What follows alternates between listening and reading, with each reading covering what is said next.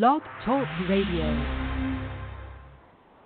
Hello, and welcome to the Brainbuilders podcast. I am your host, Dr. John DeWitt, and today we're going to address questions on the essence of our humanity. This is from Dr. Daniel Amen's book, Change Your Brain, Change Your Life.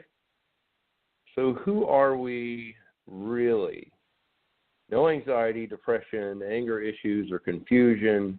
When our brain works correctly and is as healthy as it can be, we are living our true lives, who we are meant to be. Now, in an earlier podcast, we talked about Andrew, who's Dr. Amen's nephew, who became violent because of a brain cyst occupying the space in his left temporal lobe. When the cyst was removed, he returned to being his kind, caring, inquisitive self. In subsequent chapters, he also discussed Michelle, who was a woman who attacked her husband with a knife several days before her period, and who, when treated effectively, became her normal, nonviolent self. That's good to know. Samuel, a negative, oppositional 10-year-old who was failing in school and isolated from friends, and who, when given treatment to calm his anterior cingulate gyrus, became successful at school, at home, and with friends. Rusty, a man who was arrested 4 times for assault and failed 5 drug treatment programs for methamphetamine abuse, and who, since his underlying temporal lobe disorder was diagnosed and properly treated, has been able to remain personally more effective as well as gainfully employed. Sally, a woman admitted to the hospital as suicidal, depressed, and anxious, and who, when properly diagnosed with adult ADD and effectively treated, felt less depressed and more focused, and was able to be the mother and wife she had always wanted to be. So when your brain's working the way it's supposed to, that's when you're living the life that you're supposed to. Here's some more stories. Willie was a college student who experienced minor head injuries in 2 car accidents and whose whole personality subsequently changed. He became aggressive and depressed and nearly killed his roommate. With the proper treatment, he was able to return to his funny, happy, effective self. Or Randy, who had an explosive temper, a problem with drug abuse, and became suicidal. Once he was properly treated, he became pleasant, effective, and someone his family wanted to be around. Or how about Linda, a woman who had been raped on 2 occasions and who suffered from anxiety, depression, worry, and drug abuse. With St. John's wort, which happens to be in my Brain Med supplement that you can get at mybrainmed.com, and EMDR psychotherapy, her brain normalized, and she was able to be much more effective in her life. And finally, we have John, a retired contractor who had been physically and emotionally abusive to his wife during most of their marriage and emotionally abusive to his children. At the age of 79, after a psychotic episode following open-heart surgery, it was discovered that he had had a serious head injury at the age of 20. So he'd been suffering for 59 years, and that he had and this injury damaged his left frontal temporal region. The head injury likely changed his behavior and affected 3 generations of his family. These stories and many others have caused me, Dr. Amen, to question the very essence of who we are. Who are we really? Are we really who we are when our brains work right, or are we really who we are when our brain misfires? It's a very good point. I believe after seeing more than 100,000 studies, along with patients and stories that go with them, that we are really who we are when our brains work right. When our brain works right,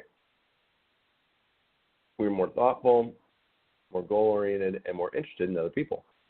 We are kinder, our moods are more stable, and we are more tolerant. When our brains work right, anxiety doesn't rule us, although we have enough anxiety to get out of bed in the morning and go to work. When our brains work right, even though we may have negative thoughts from time to time, they do not rule our internal life. When our brains work right, even though we may have graphic, violent thoughts, they are not common and we do not act on them, more importantly. When our brain works right and our spouse makes a mistake, we do not hold on to that mistake for 20 or 30 years. When our brains work right, we feel sexual, but we are not ruled by our sexual desires. When our brains work right, our children may still drive us crazy, but we act toward them in a positive, helpful way the vast majority of the time. When our brain works right, we are more able to be who we really want to be. Other questions that this work has stimulated Dr. Amen to ask are, what choices do we really have about our behavior? Probably not as many as we think. Free will is not a black and white concept. It's gray. Does our relationship with God depend on brain function? It is probably easier to see a kind, loving, involved God when our brain works right, and it is probably easier to imagine a harsh, punitive God when we have an overactive cingulate and limbic system coloring the world in a negative way. Although this will probably get a few people mad at me, I'm not trying to be conflict-seeking. So do we make bad choices as a result of bad training in defiance of God's will, as a result of poverty, or because of moral or character defects? Perhaps, but again, we are more likely to make bad choice when our prefrontal cortex is underactive as a result of brain trauma or having ADD. Of course, this doesn't mean we cannot make bad choices as a result of bad training, defiance of God, poverty, and the like, but doing so will be more likely when our internal supervisor is less active than necessary. Do we make better choices when our brains work right? Of course we do, is the obvious answer. Is our personality a collection of neurons, neurotransmitters, and hormones? Well, yes and no. Our personality is intimately connected to brain function, but as we have seen, brain function is also intimately connected to our thoughts and environment. They work in a circle and cannot be separated. What does Mike Tyson's brain look like? Did he bite Evander Holyfield's ear in the heavyweight championship fight in '97 because he wanted to embarrass himself and seem like an animal? Or did his brain misfire after a headbutt, and did his anterior cingulate and temporal lobe subsequently go haywire with little prefrontal cortex supervision? I bet on the latter. What would the brain spec scans of mass murderers such as Sandy Hook, killer Adam Lanza, or the Batman killer James Holmes look like? What about Adolf Hitler's brain scan? Should we scan potential presidential candidates? Don't we want to know about the brain health of a person who runs our country and could ruin life on Earth? Obviously. Should I scan my sons and daughters' romantic interests? I think so. Dr. Amen's kids were not thrilled about that idea, but both of his son-in-laws were scanned about a year after they started dating his daughters. That's pretty funny. The questions could go on and on. It's better than a lie detector test. So the main point is that the brain matters in all we do. The brain is one of the first things we should think about when we try to understand abnormal behavior. Self-help programs need to consider the brain to prevent relapse from substance abuse, to cut down on violence in our society, and to curtail the alarming rates of divorce and family discord. We need to think about the brain. Of course, the brain doesn't function in a vacuum. We always need to think about the psychological, social, and spiritual underpinnings of behavior as well, but all behavior starts in the actual physical functioning of the brain. Your brain matters. And here's a little more information about Dr. Amen. He believes that brain health is central to all health and success. When your brain works right, you work right. And when your brain is troubled, you are much more likely to have trouble in your life. His work is dedicated to helping people have better brains and better lives. The Washington Post wrote that Dr. Amen is the most popular psychiatrist in America, and ShareCare named him the web's #1 most influential expert and advocate on mental health. Dr. Amen is a physician, double board certified psychiatrist, and 10-time New York Times bestselling author. He's the founder of Amen Clinics in Costa Mesa and San Francisco, California, Bellevue, Washington, Reston, Virginia, Atlanta, Georgia, Chicago, Illinois, and New York, New York.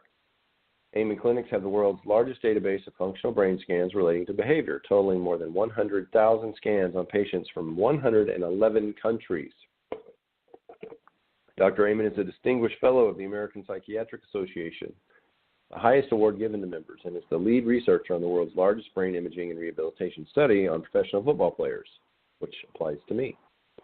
His research has not only demonstrated high levels of brain damage in players, but Dr. Amen has also shown the possibility of significant recovery for many with the principles that underlie his work. Together with Pastor Rick Warren and Dr. Mark Hyman, Dr. Amen is also one of the chief architects of Saddleback Church's Daniel Plan, a program to get the world healthy through religious organizations. Dr. Amen has written, produced, and hosted 9 popular shows about the brain, which has raised more than $55 million for public television.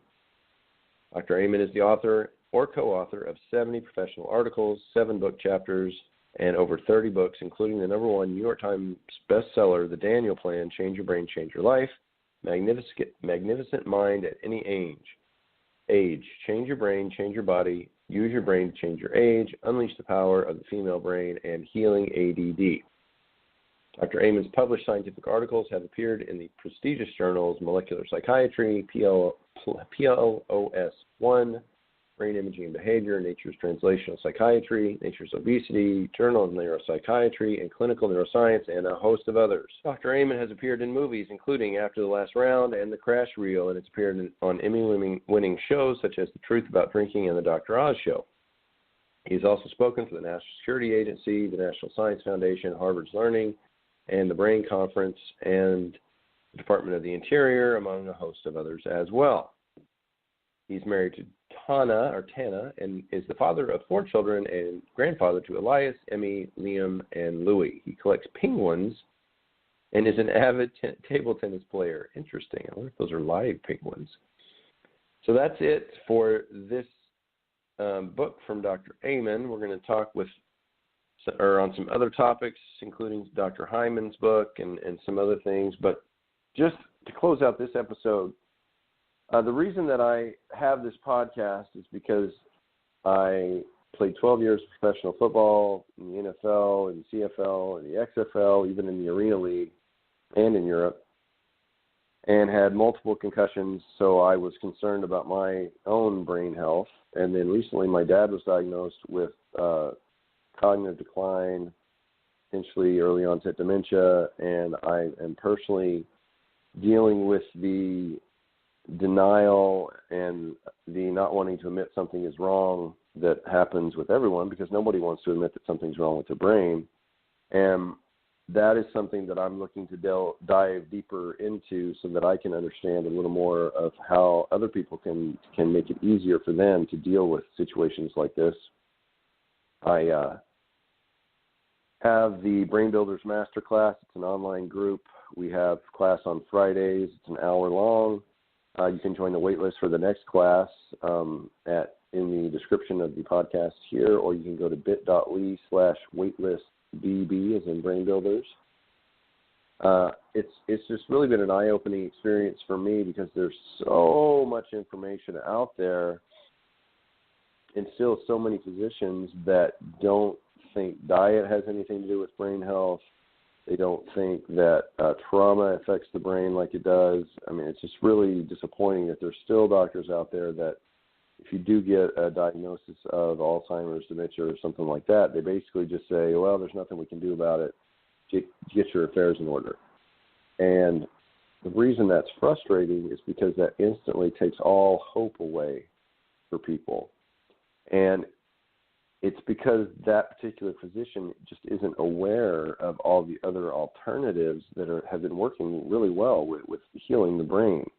And they're still stuck in the monotherapeutic, what's your symptom? Okay, what prescription medication fixes that symptom? And of all the hundreds of prescriptions that have been tested to help heal dementia, all it does is address the symptoms, which is only one of over 45 different factors that Dr. Bredesen has pointed out in his book, Into Alzheimer's. So if you fix that one symptom, there's several others that are contributing to the Alzheimer's or dementia symptoms. So my goal is to help simplify it a little bit. I'm giving all the information out there. I've gone through Dr. Bredesen's book. I've gone through Dr. Amen's book now. We talked about Dr. Hyman's book, some of the Bulletproof Diet, Dave Asprey, his work, and just share some personal stories as I'm going through this, just so that people can have a better understanding and know that you do have hope. There is hope. People have been getting help for quite a while now, but you just need to know better, because when you know better, you do better. I'm Dr. John DeWitt, and this has been the Brain Builders podcast. Please share with your friends, and we will talk to you next time.